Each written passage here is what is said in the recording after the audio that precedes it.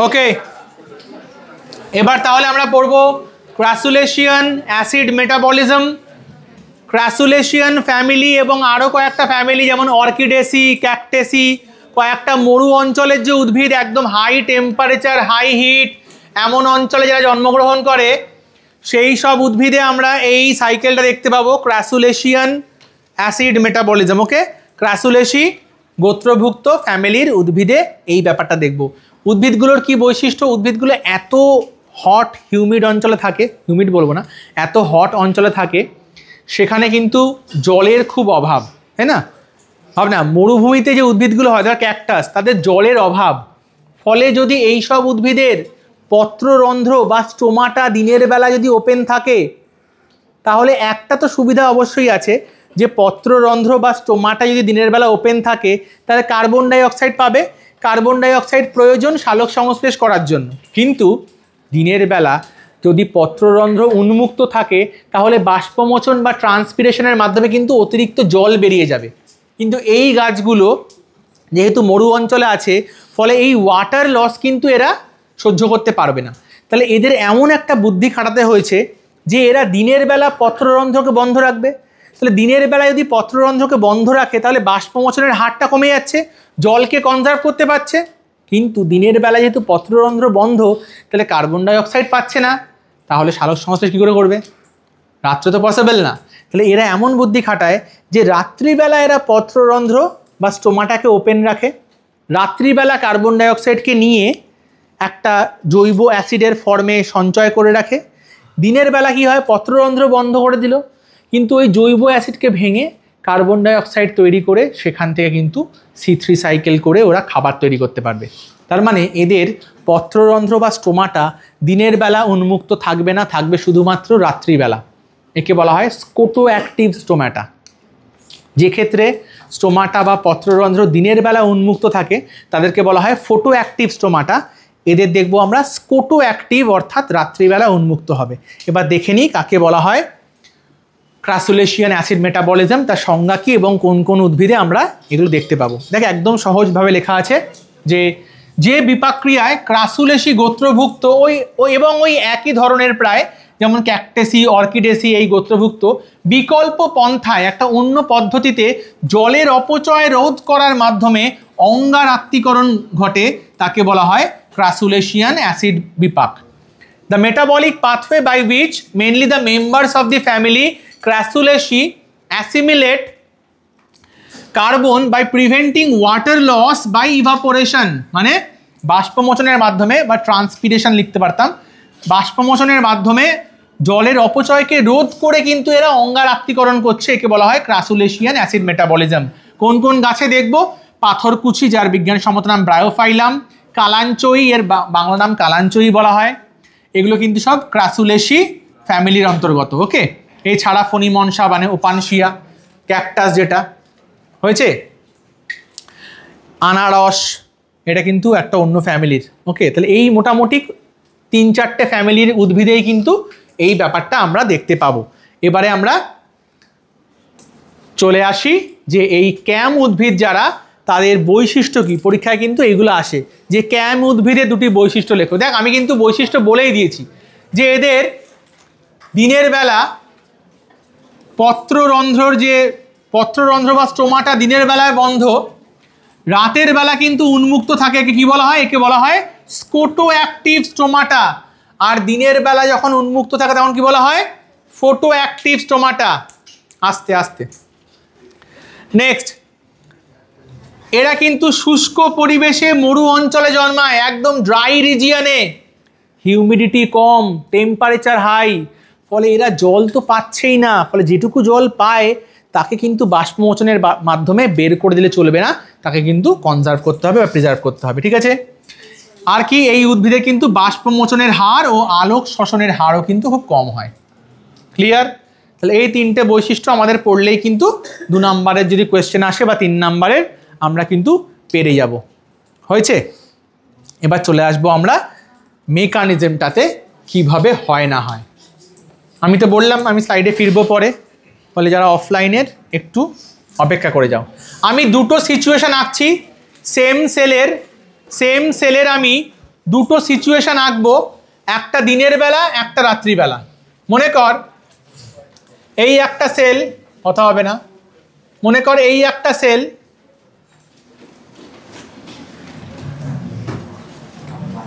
আমি এখানে দাগ টেনে দিচ্ছি, মনে কর এই সেলটা সেম এই সেলটা, এখনো দু একজন সমানে কথা বলে যাচ্ছিস, তোদের কোনো সমস্যা আছে? ওকে, এই মনে কর এপিডার্মিস, ওকে, এপিডার্মিসের মধ্যে এই মনে কর পত্ররন্ধ্র। আমি ফার্স্টে বরং রাত্রিবেলা আঁকি। এই ধর পত্ররন্ধ্রের যে গার্ড সেলগুলো, রক্ষী কোষগুলো, এই মনে কর রক্ষী কোষগুলো উন্মুক্ত আছে। ওকে, তাহলে এটা হচ্ছে রাতের বেলা, অর্থাৎ এখন সূর্য নেই, ধর চাঁদ আছে। ওকে, তাহলে এখন আমরা দেখছি নাইট, রাত্রিবেলা।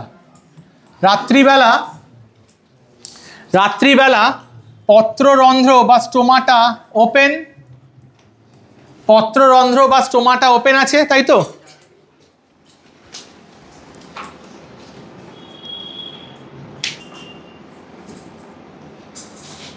তাহলে একই কোষের আমি দুটো অবস্থা আঁকছি, একটা রাত্রিবেলা আরেকটা হচ্ছে দিনের বেলা, অর্থাৎ প্রখর সূর্যালোক।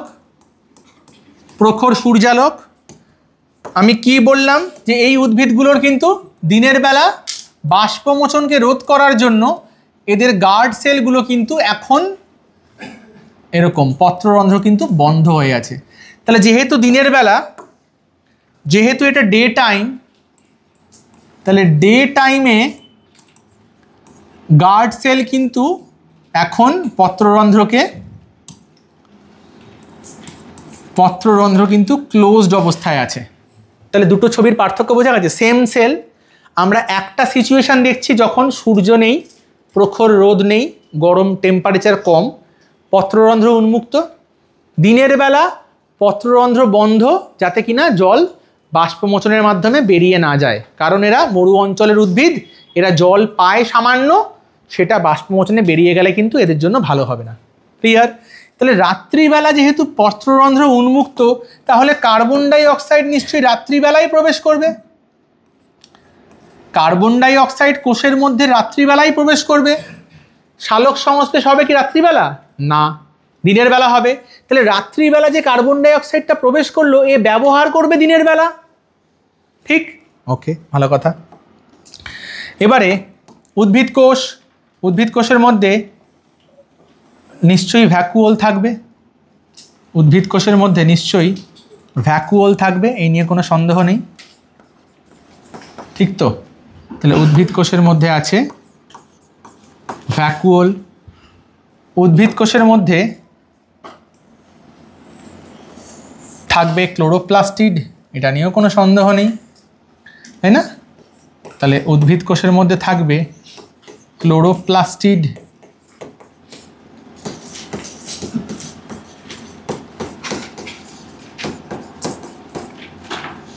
ঠিক?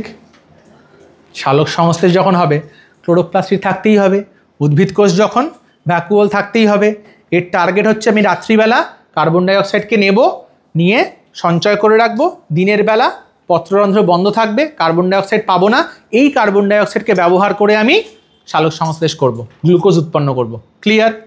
ওকে, এই যে কার্বন ডাই অক্সাইডকে গ্রহণ করলো, এই যে কার্বন ডাই অক্সাইডকে গ্রহণ করলো, এখানেও সেই C4 সাইকেলের মতো, সেই C4 সাইকেলের মতো কি হয়, ফসফোএনল পাইরুভেট, মনে আছে পেপ? পেপের সঙ্গে কার্বন ডাই অক্সাইডটা যুক্ত হয়ে কি উৎপন্ন হয় রে, বলতো আমাকে? C4 সাইকেলে আমরা পড়েছি, জোরে জোরে।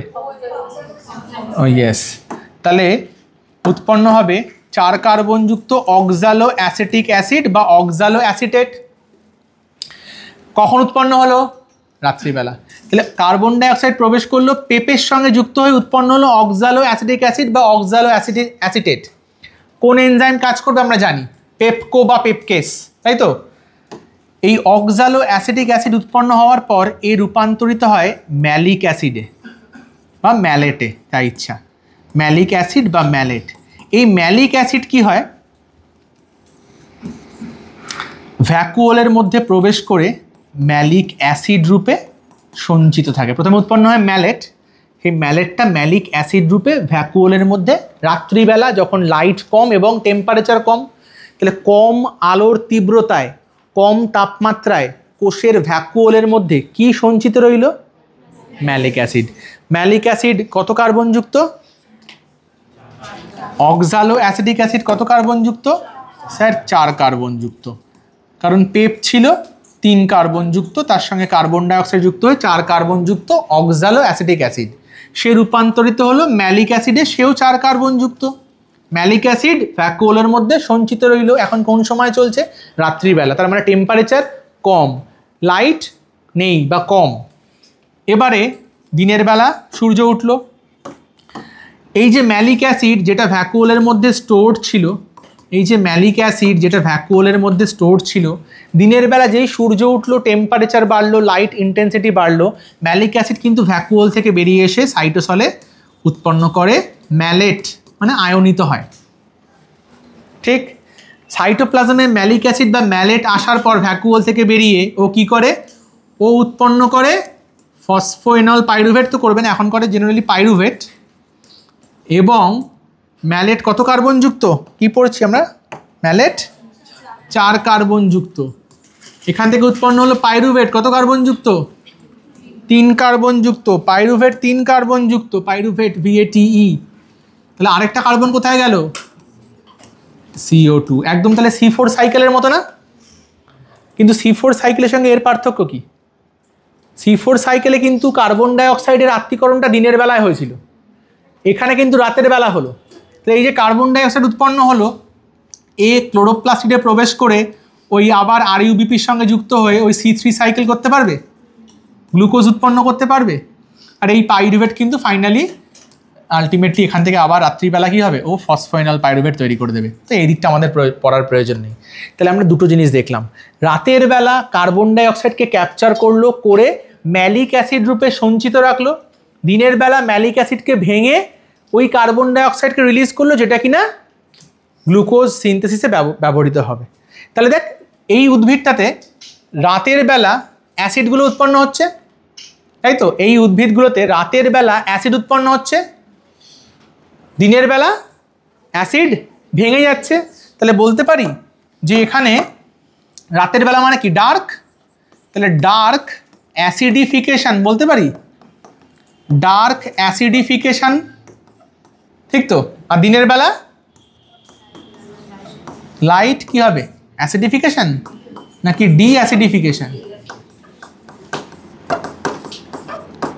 ক্লিয়ার? তাহলে রাত্রিবেলা অ্যাসিড উৎপন্ন হচ্ছে, দিনের বেলা অ্যাসিড ভেঙে যাচ্ছে। রাতের বেলা কার্বন ডাইঅক্সাইডকে নিয়ে রাখছে, ব্যবহার করছে দিনের বেলা। একটা ইউনিক মেকানিজম না? এতে কি সুবিধা হলো? সালোক সংশ্লেষ তো তার মতো হলো, কিন্তু জলের অপচয় হলো না। ইয়েস, জলের অপচয়টা হলো না। বোঝা গেছে? তাহলে ক্যামের মেকানিজম বোঝা গেছে। এবার দেখে নিই এর তাৎপর্য, যেটা বললাম আমি এতক্ষণ ধরে। এই প্রক্রিয়ায় শুষ্ক অঞ্চলের উদ্ভিদ জলের অপচয় রোধ করে, জলের অপচয় রোধ করে। C3 বা C4 পদ্ধতির তুলনায় এতে কম জল ব্যয়িত হয়। রাতে স্টোমাটা বা পত্ররন্ধ্র উন্মুক্ত থাকে ও দিনের বেলা কিন্তু তা বন্ধ হয়ে যায়, ফলে জলের বাষ্পমোচনটা হ্রাস পায়। ক্লিয়ার? এই প্রক্রিয়া দ্বারা রাত্রিবেলায় কার্বন ডাইঅক্সাইড গৃহীত হয় এবং তা পরবর্তী ক্ষেত্রে অঙ্গার আত্তীকরণে ব্যবহার হয়ে থাকে। অঙ্গার আত্তীকরণ মানে তো আমরা জানি RUBPর সঙ্গে যুক্ত হয়ে PGA উৎপন্ন করবে।